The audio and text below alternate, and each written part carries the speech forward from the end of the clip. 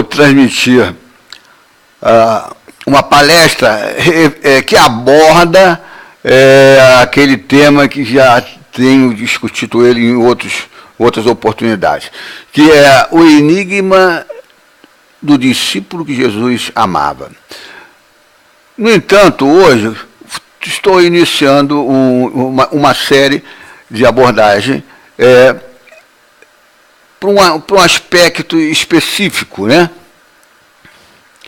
Eu vou falar sobre os 7 principais pontos do enigma discípulo que Jesus amava.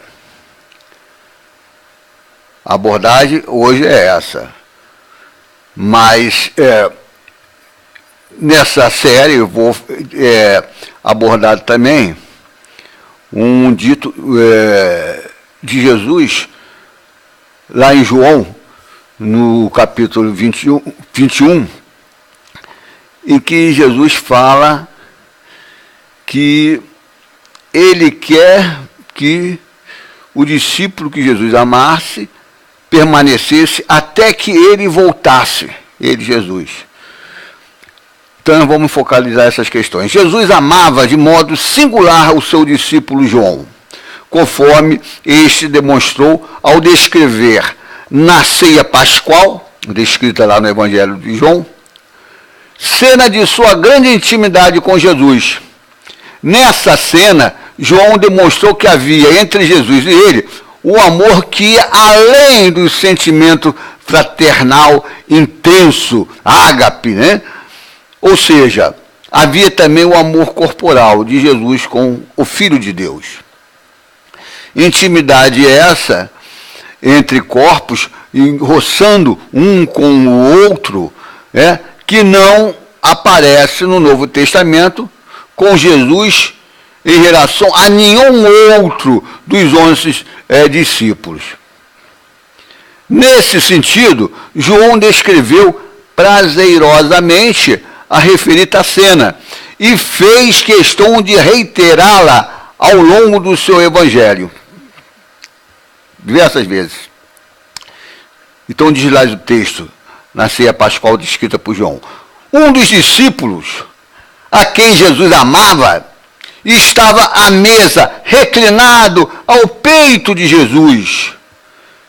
Simão Pedro acenou-lhe para dizer-lhe: dize-nos de quem é que ele, o mestre, fala.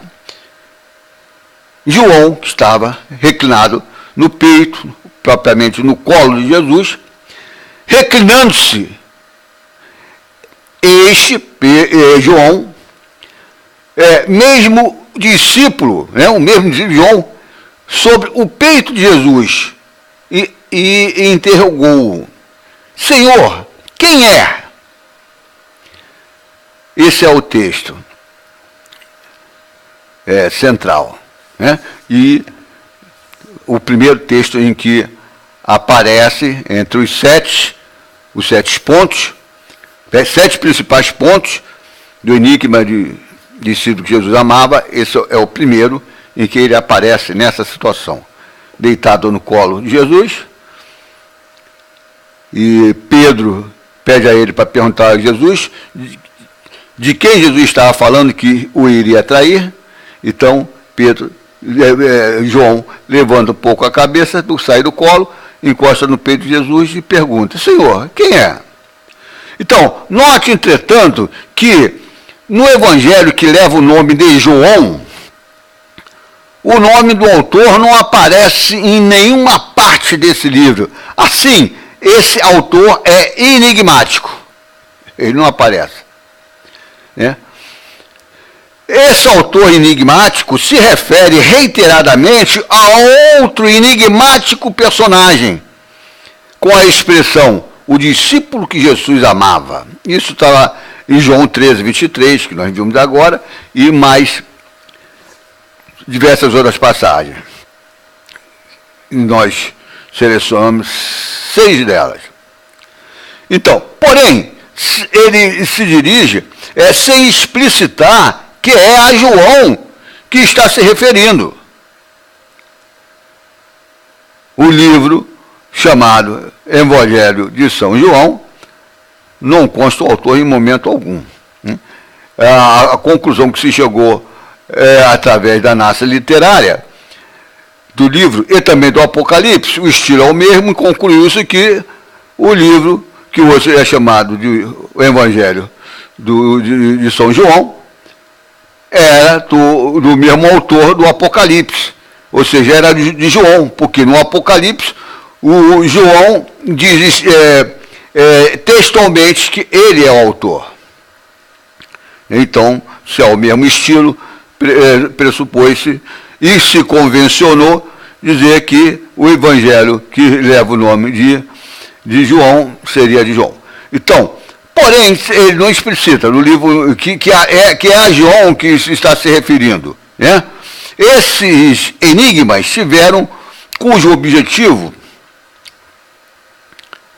por um lado, apresentar uma forma de enigma, expressamente é um enigma, e por outro lado, assim, chamar a atenção do tipo perspicaz, o tipo perspicaz de leitor, não é para qualquer leitor, claro, o leitor que passa, só escuta a explicação a respeito dessa passagem, que o teólogo com o sacerdote, o evangélico, católico, protestante, ensina a ele, claro, que ele vai passar de passagem sem entender nada do tema.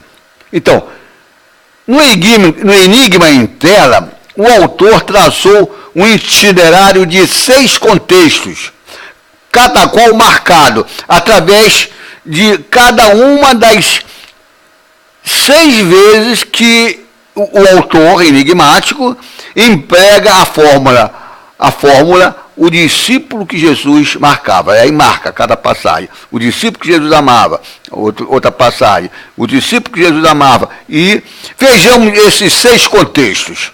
Né? Primeiro contexto é aquele já citado, né, que ocorreu durante a ceia pascal. Já falamos, foi logo o primeiro que falamos, que era em João 13, 23. O segundo contexto, Jesus estava na cruz, diante de sua mãe, a irmã de sua mãe, e Maria Madalena, e do discípulo que Jesus amava. Nesse segundo contexto aparece o autor enigmático, marca essa segunda passagem, colocando aí esse enigma, o discípulo que Jesus amava. Então, Jesus, na cruz, confiou a esse discípulo que cuidasse de sua mãe Maria, e logo depois ele expirou. Isso está lá em João 19, capítulo 19, versículo 26. Então essa é segundo contexto. Ele demonstrou que tinha muita confiança no apóstolo João. Ou seja, no apóstolo que é denominado o discípulo que Jesus amava, que nós vamos ver posteriormente que é João. Terceiro contexto, Maria Madalena viu que o corpo de Jesus não estava no sepulcro, então correu e avisou o discípulo que Jesus amava. Aí esse enigma aparece de novo aí. Ela avisa ao discípulo que Jesus amava, não está escrito João. E também a Pedro, que voltaram para sua respectiva, eles foram até lá, viram que estava vazio e voltaram para sua respectiva casa. Madalena, entretanto, permaneceu lá junto ao sepulcro e viu Jesus ressuscitado, que lhe pediu para ela avisar a ressurreição, que Jesus havia ressuscitado, aos demais discípulos. Isso está lá em João, capítulo 20, 1, 2, 11 e 17 e 18. Quarto contexto. Quer dizer, nós estamos falando nos contextos em que aparece o autor, né, do livro que leva o nome de João. Ele marcou o enigma, um contexto, introduzindo nele essa frase enigmática, o discípulo de Jesus amava.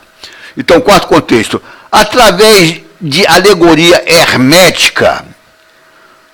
O discípulo que Jesus amava, que já sabemos que é João, mostrou que Pedro induziu outros discípulos, Tomé, Natanael e outros, a embarcarem, literalmente está lá uma barca, mas é figurado o sentido, né? Então, embarcarem, ou seja, darem rumo a um movimento, né? Entrarem nesse movimento, darem rumo a esse movimento social, mas voltado para pescar, entre aspas, isto é, arrebanhar novos seguidores para o movimento desencadeado por Jesus. Porém, Pedro não seguiu o modelo servo de diretriz pastoral, né? Ou o modelo de liderança, segundo o modelo servo de liderança, que Jesus se mostrou como exemplo e orientou sua liderança para segui-lo. Pedro não seguiu esse modelo, ele sempre resistiu a Jesus contra isso. Pedro impôs o seu modelo elitista e autoritário de liderança, ou diretriz pastoral, na expectativa de criar uma religião hierarquizada, que era o desejo dele, e se servir das ovelhas, ou seja, transformar as pessoas simpáticas ao movimento desencadeado por Jesus, transformando-as em ovelhas, ao exemplo do que faziam os fariseus e os saduceus com as suas ovelhas. Com o tipo de liderança proposto por Pedro, a pescaria, ou seja, o arrebanhamento de novos fiéis seguidores de Jesus, foi um fracasso. Eles nada pescaram, ou em outros termos, eles nada, não conseguiram arrebanhar discípulos. Isso está lá confira, em João, capítulo 21, 2:3. 21, 2:3. Esse capítulo é importantíssimo no Evangelho de João. Nessa ocasião, Jesus ressuscitado se manifestou, mas permanecendo na incógnita, lá na areia da praia em que eles estavam pescando. Assim, Jesus, observou tanto a infidelidade de Pedro, como o fracasso da pescaria. Infidelidade no sentido que Pedro não exerceu o modo de liderança que ele havia recomendado, que era o modelo servo. Ao contrário, Pedro persistiu no que ele gostava de fazer, que era o modelo elitista e autoritário de liderança. Então, Jesus percebeu isso. Ao amanhecer, eles chegaram com a rede vazia, e Jesus, ainda na incógnita, como se fosse um pescador, um observador lá na areia da praia, recomendou aos discípulos que nada pescaram durante a noite: lança a rede do lado direito da barca. Quer dizer, com isso, que Jesus recomendou que arrebanhassem discípulos, mas do modo direito, que é o que ele havia ensinado, isto é, através do modelo servo de liderança. Desse modo, eles, os discípulos, pegaram muitos peixes, isto é, muitos fiéis seguidores. Está lá em João 21, 4, 6, capítulo 21, versículo 4 ao 6. Então, o discípulo que Jesus amava, que seguia fielmente o modelo servo de liderança pastoral, assim admoestou Pedro, que aquele que os observava na incógnita e que recomendou que jogasse a rede do lado direito, ou seja, agisse de modo certo, como ele havia recomendado, aplicando o modelo servo de liderança, na verdade era Jesus ressuscitado.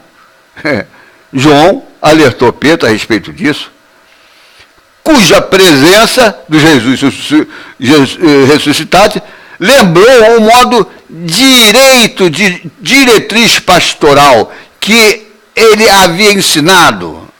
A presença de Jesus lembrou isso. Jesus martelou isso ao longo da preparação dos seus discípulos, principalmente desses 12 principais. Então, diante dessa admoestação, Pedro se vestiu com sua túnica, é o que diz literalmente. Isso é uma alegoria.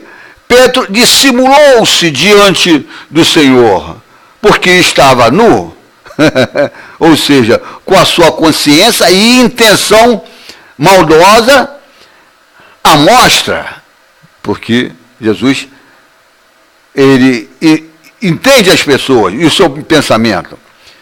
Então, João se lançou ao mar, é a forma literal do texto. Ou seja, ao mar de pessoas, né? Com o seu modelo elitista e autoridade de liderança, porque ali ele não arrumou nada. Uma linguagem mais simples. Né? Isso está lá em João 21, 7. Os outros discípulos conduziram a barca, ou seja, o movimento social desencadeado pelo mestre, já falecido, embora ele estivesse ali presente na condição de ressuscitado. Então, os outros discípulos conduziram a barca, arrastando consigo com muitos peixes, ou seja, com muitos fiéis seguidores, né? Porque seguiram o modelo certo ensinado por Jesus, modelo servo de liderança, ou diretriz pastoral. Então, Pedro, agindo de modo ainda dissimulado e hipócrita, novamente tentou em vão impor o seu modelo de liderança elitista sobre os novos seguidores de Jesus, arrebanhado pelos outros discípulos que atuaram de acordo com o que Jesus montou, ou seja, atuaram de acordo com o modelo servo de liderança, ou diretriz pastoral. Então, isso aí está lá agora em João 21, versículo 11. Jesus perguntou reiteradamente a Pedro, após isso, Jesus perguntou reiteradamente a Pedro se este o amava, e Pedro respondeu também reiteradamente, mas de modo falso, que o amava. E assim continuava traindo Jesus, porque ele respondia que sim, mas de modo falso, e continua traindo Jesus. Ou seja, continuava atuando com o modelo elitista de liderança. Isso está lá em João 21, versículo 15 e 17. Então vamos agora para o quinto contexto em que aparece, em que o autor do livro de João inseriu ali essa expressão, o discípulo que Jesus amava, marcando esse contexto, né? Jesus comparou, então, depois desses acontecimentos, o destino de Pedro com o destino do discípulo que Jesus amava. Confira lá, aí no João capítulo 21, 20. Tendo como referência a baliza, de um lado, o modelo elitista e autoritário exercido por Pedro, e do outro lado, o modelo servo de diretriz pastoral exercido pelo discípulo que Jesus amava. Dessa comparação, então vou reiterar para a gente ficar bem claro. Jesus comparou de um lado Pedro e do outro João. Comparou Pedro, tendo como baliza o modelo elitista de liderança que ele exercia, e elitista e autoridade de liderança, e do outro lado,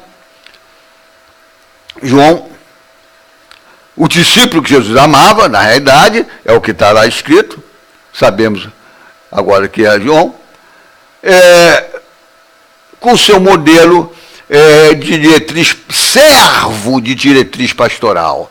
O modelo que Jesus realmente havia ensinado em várias passagens do Novo Testamento, exercido pelo discípulo que Jesus amava. Dessa comparação, Jesus concluiu a respeito de Pedro. Ele fez essa comparação e tirou duas conclusões, uma a respeito de Pedro, outra a respeito de João. Dessa comparação, ele concluiu a respeito de Pedro. Pedro, quando era moço, tinha o próprio modo obtuso e renitente de se conduzir, valorizando o modelo elitista de diretriz pastoral e rejeitando o modelo servo de liderança proposto por Jesus. Então, ao envelhecer e sendo carente de recursos intelectuais e financeiros também, Pedro era analfabeto. Pedro não escreveu nada. O que consta lá em 1 e 2 Pedro, nas cartas, na realidade é Silvano, um dos capangas do ideológico, era escritor, de Paulo de Tarso Anticristo. Silvano que escreve atualmente ele não sabe ler nem escrever, ele levou o nome dele, ele ali elogia Paulo de Tarso Anticristo, mas ele era carente de recursos intelectuais, era obtuso, embora renitente no modelo elitista, ele via nessa possibilidade de se transformar um grande sacerdote e ganhar dinheiro, como fazem toda essa podridão evangélica, protestante, católica, por aí, e outros, ortodoxo, anglicano. Ele era carente de recursos intelectuais e financeiros. Pedro seria conduzido, em razão disso, o destino dele seria conduzido por quem ele não queria. Jesus falou para ele que essa seria o destino dele. Assim, Pedro acabou passando contra a vontade para o lado da rica igreja de Paulo de Tarso. Então já estava rica, a igreja de Paulo de Tarso, uma casa hierarquizada, um clero assalariado e sempre voltado para tomar dinheiro das ovelhas. E ao mesmo tempo combater ideologicamente o genuíno movimento revolucionário igualitário da igreja de Jesus, que era liderado pelos outros apóstolos. Mateus, João, Tiago, Tiago menor estava na cabeça lá em Jerusalém, e outros, Então, Pedro acabou passando contra a vontade, mas contra a vontade por quê? Em que sentido que tem essa contra a vontade? Que ele passa para a igreja de Paulo, porque ele queria fundar uma igreja, também um movimento, e liderar, hierarquizado que nem é do Paulo. Então, mas essa passagem, você vê lá em 2 Pedro, capítulo 3, versículo 15 e 16, texto escrito por Silvano, ou Silas, que era um dos capanga ideológicos do Paulo de Tarso Anticristo. Mas ela passa como se fosse de Pedro. E ele ficou subordinado a Paulo, que era mais inteligente, era um sujeito hipócrita, desonesto, tudo, mas era muito inteligente, era um pródigo sofista, Paulo de Tarso, e Pedro vai ficar subordinado a Paulo até morrer. Então, por que ele foi para Jesus? Você vai passar a servir o que você não queria. Porque, após a morte de Jesus, inicialmente, Paulo de Tarso se infiltrara entre genuínos apóstolos, a fim de aprender a doutrina de Jesus, para poder adulterá-la, e também passar por apóstolo, Ele se meteu no meio, se infiltrou no meio dos verdadeiros apóstolos, para depois dizer que também era apóstolo, quando na realidade Paulo de Tarso nunca foi apóstolo de Jesus. Então, nessa ocasião, Pedro houvera concorrido com Pedro houvera concorrido com Paulo de Tarso, na tentativa de liderar os demais apóstolos genuínos e também os demais seguidores de Jesus, e criar uma religião hierarquizada, autoritária e com clero profissional. Paulo conseguiu, porque ele tinha mais recursos, que, embora fosse o anticristo, ele era um sofista pródigo, né? E Pedro, coitado, era uma besta quadrada, não conseguiu nada. Então vamos aqui para o sexto contexto, em que aparece a expressão discípulo que Jesus amava, que o autor do livro que leva o nome de João colocou nesse sexto contexto, marcando o itinerário do enigma, né? Nós já relatamos 1, 2, 3, 4, 5, esse é o sexto, né? É o sexto. Então, sexto contexto, da referida comparação. Jesus apresentou também sua conclusão à comparação entre Pedro e João, Pedro com um modelo elitista, de diretriz pastoral, João com um modelo servo de liderança, né? Fielmente como Jesus havia recomendado. Então, dessa comparação, Jesus apresentou também a sua conclusão a respeito do destino do discípulo que Jesus amava. Porque estamos, o texto aparece aí, e nós estamos, já sabemos que o nome do autor não aparece, é o discípulo que Jesus amava. É uma personagem incógnita nesses 6 contextos, né?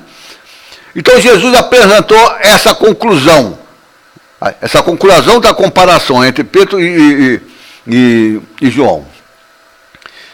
Mas ele apresentou em resposta dada a Pedro. No texto, Pedro está dialogando com Jesus, e Pedro perguntou a Jesus a respeito do destino do discípulo que Jesus amava, enquanto eles vinham caminhando. Jesus vinha falando com Pedro, você me ama? Pedro mentia, me amo, te amo muito. E Jesus falou, então apacenta minhas ovelhas. E Jesus perguntava de novo, Pedro mentirosamente repetia, né? E João ia atrás, o texto descreve isso, ia atrás acompanhando os dois. E Pedro, então, perguntou a Jesus, e esse aí atrás, o que seria dele? Esse aí atrás era o discípulo que Jesus amava, né? Então, nesse momento, Jesus esclarece qual era o destino que ele atribuiu ao discípulo que Jesus amava, ou seja, João. Então, ele atribuiu isso em resposta ao Pedro, né? Pedro perguntou, Jesus respondeu-lhe, que te importa se eu quero que ele, o discípulo que Jesus amava, fique até que eu venha. Essa frase é impactante.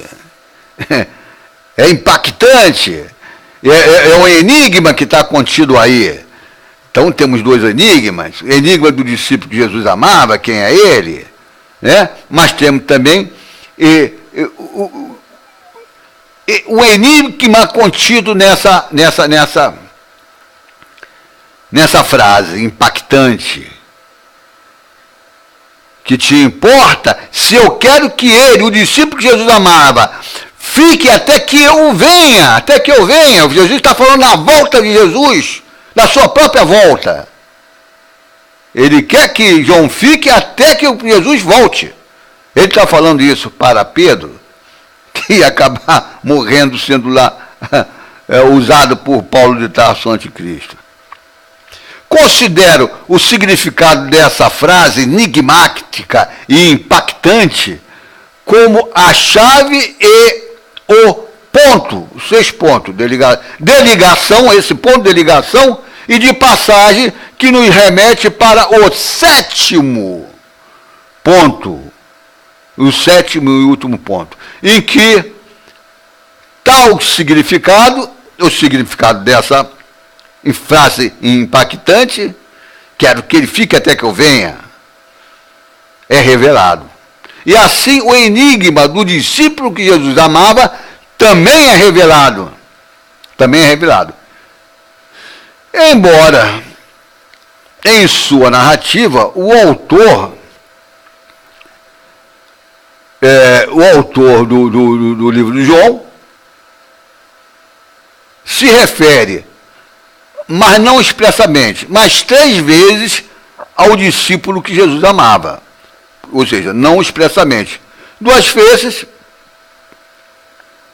em João 21, 23. Uma ele fala, se refere a ele, mas está implícito ali que ele aí é o discípulo que Jesus amava. E outra vez eles falam, aquele discípulo, está subentendido que é aquele discípulo, é o discípulo que Jesus amava. Né? E mais uma vez, no capítulo 21, no versículo 24, ele fala, o discípulo, é o discípulo que Jesus amava. Mas, nesse 6º ponto, em que Jesus faz essa declaração impactante, né? Então considero essa como 6º, os outros a gente fala por cima a respeito, mas essa 6ª que vai remeter para o 7º ponto, que vai estar lá no Apocalipse, é em outro livro, não é no livro de João que vem a resposta, mas ela está implícita, a resposta está implícita nessa frase impactante. Eu quero que ele, o discípulo de Jesus amava, fique até que eu venha. Então ela já dá a pista. Né? De alguma forma, João ia ficar, né, como está escrito, até que Jesus viesse. Então, na segunda vinda de Jesus, João tinha ficado até lá. E lá João estaria também presente. Né? Está implícito aí. E nós vamos ver isso já lá no Apocalipse. Então, por isso que eu passo dessa 6ª para a 7ª e última, que o último ponto é revelado lá no Apocalipse. Né?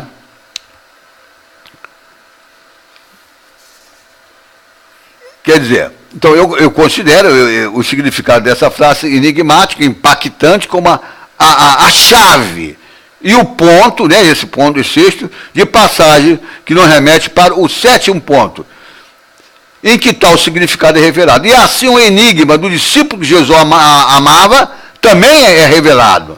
Né?